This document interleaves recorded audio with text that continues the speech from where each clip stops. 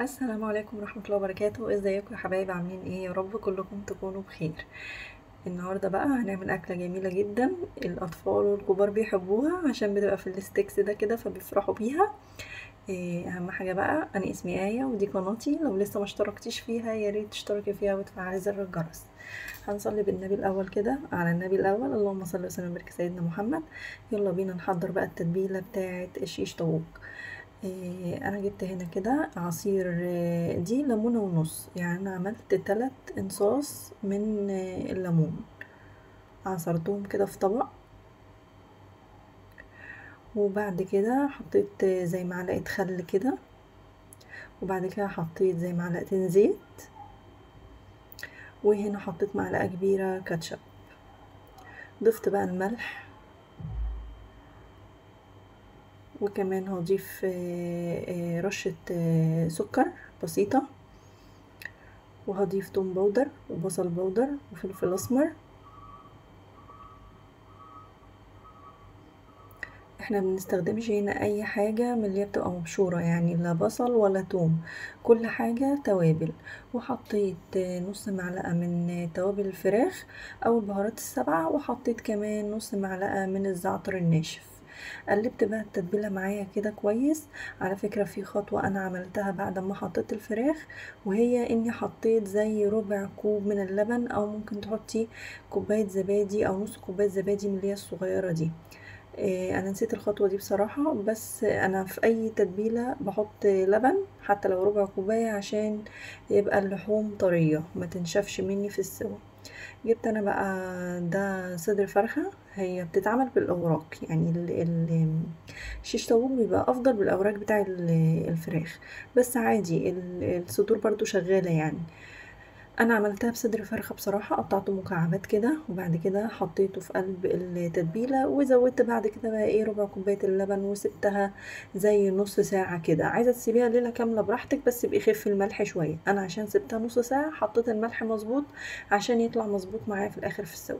هنا بقى جبت هنا لسان عصفور، انا عملته زي الرز البسمتي كده، مش زي طباخين الافراح، زي الرز البسمتي. يا دوبك شمعته كده بالزيت شوية. احنا بصراحة هناكلها بعيش، بس انا عملت لسان عصفور ده عشان الاطفال طبعا مش هتاكل عيش يعني مع الوصفة دي. فقمت حاطة بقى الملح بعد ما اخد تشميعة كده، وبعد كده حطيت نص معلقة كركم، وبعد كده حطيت نص معلقة من توابل الفراخ.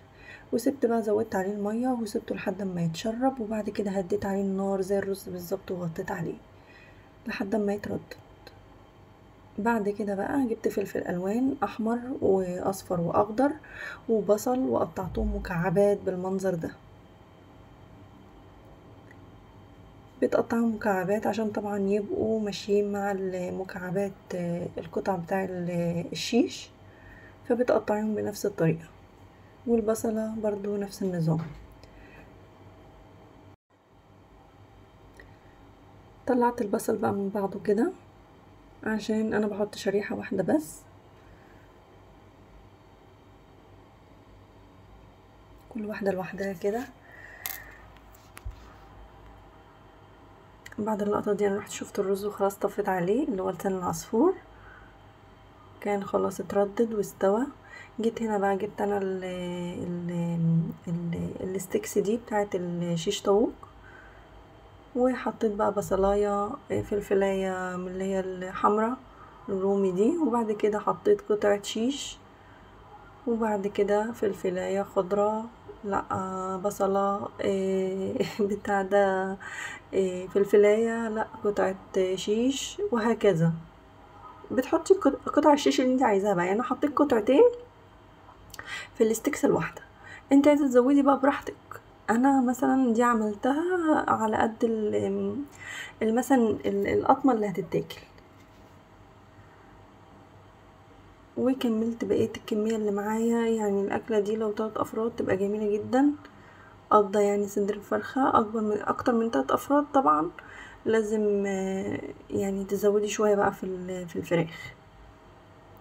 مشيت بقى نفس النظام ده، بصلاية فلفلاية، قطعة شيش، بصلاية فلفلاية قطعة شيش كده. وبختمها طبعا برضو بخضار في الاخر، يا اما فلفلاية يا اما بصلاية، عشان تبقى محجزة على الفراخ كده. هخلص بس الكمية اللي معايا. انتي ممكن لو مش عندك الستيكس ده عادي تستغني عنه خالص. هتجيبي صينية وهتدهنيها زيت وتحطي الخضار ده مع قطع الشيش وبتدخلها الفرن برضو عادي. بتسويها فوق البوتاجاز في جريل عادي في مقلاية عادي. انا حبيت النهاردة اسويها بصراحة في الفرن، ما خدتش وقت خالص، قعدت ربع ساعة بالظبط، وفوق البوتاجاز برضو مش هتاخد وقت. بس انا حبيت بصراحة احطها في الصينية كده وارميها في الفرن على طول، وربع ساعة وطلعتها وشغلت الشواية فوقيها وخلصت على كده. لو انت هتعمليها في الصينية برضو نفس النظام، مش لازم تعمليها في العصيان بتاع الشيش طاووق دي. جبت بقى صينية هنا وحطيت فيها ورق فويل، وبعد كده دهنته دهنة من الزيت عشان برضو الفراخ ما تلزقش فيه.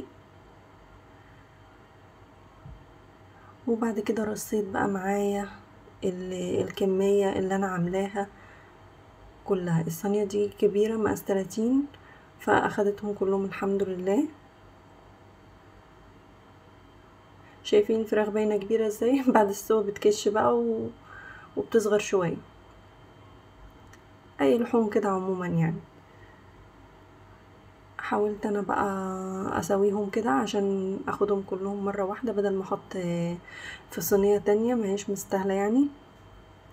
حطيت بقى طلعتهم من اللي بالطول كده وكسرت من الستيكس دي شوية عشان اللي في الجنب دول بدأوا ان هم مش راضيين يدخلوا الصينية، فكسرت منها شوية زي ما انتوا شايفين كده عشان ما تاخدش مساحة معايا في الصينية. بعد ما خلصتها بقى قمت جايب بباقي التتبيله اللي باقيه وعملتها من فوق الوش كده، وعلى فرن سخن تكوني لسه يعني مشغله من قبلها يعني على الارضيه على طول عشان تاخد صدمه الفراخ، تاخد صدمه ما تنزلش ميتها. احنا مش عايزين ميتها تنزل، احنا عايزينها تحتفظ ان هي تبقى طريه كده وجميله من جوه. دخلتها الفرن على نار عاليه على الارضيه. بعد ربع ساعه قمت طافيه الفرن وشغلت فوقها الشوايه، طلعتها شفتها بالمنظر اللي طلع الجميل ده. سويتها بقى كده، وبعد كده هتشوفوها بقى لما اقدمها في الطبق بتاع الرز. شايفين الرز عامل ازاي؟ الرز على فكره اصفر اصفر فاتح خالص، بس التصوير هو اللي مبينه غامق.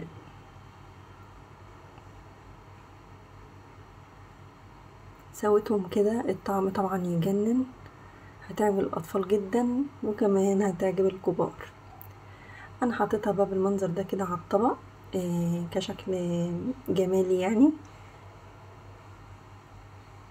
انت عايزه تحطيها باي شكل انت عايزه تحطيه براحتك، عايزه تحطيهم في الطبق لوحدهم زي ما كانوا محطوطين والرز لوحده، عايزه اي حاجه انت عايزاها. المهم ان انا عملت شويه الرز دول عشان ابني، واحنا كلنا بعيش بصراحه، ما كلناش برز. ممكن تعملي معاه مكرونه رز بسمتي بالعيش اللي انت عايزاه.